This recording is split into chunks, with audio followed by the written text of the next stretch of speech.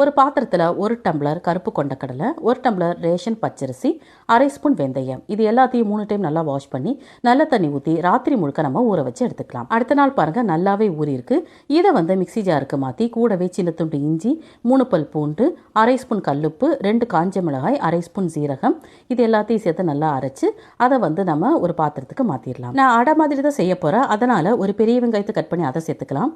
அரை கப் கொத்தமல்லி தலைகள், சின்ன சின்னதாக கட் பண்ண கருவேப்பிலைகள், 1/4 ஸ்பூன் மஞ்சள் தூள், 1/4 ஸ்பூன் பெருங்காயம், இது எல்லாத்தையும் நல்லா மிக்ஸ் பண்ணிக்கலாம். இதெல்லாம் சேர்த்துக்காம கொஞ்சமாக தண்ணி சேர்த்து 6 மணி நேரம் புளிக்க வச்சு நீங்கள் தோசையாகவும் சுட்டு சாப்பிடலாம். அதிக அளவு புரோட்டீன் நிறைஞ்ச இந்த அடையை நீங்கள் காலையில் செஞ்சு சாப்பிடுங்க.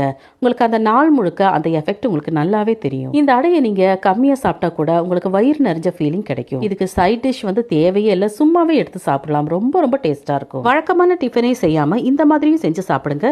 Tasty and healthy. தேங்க்யூ.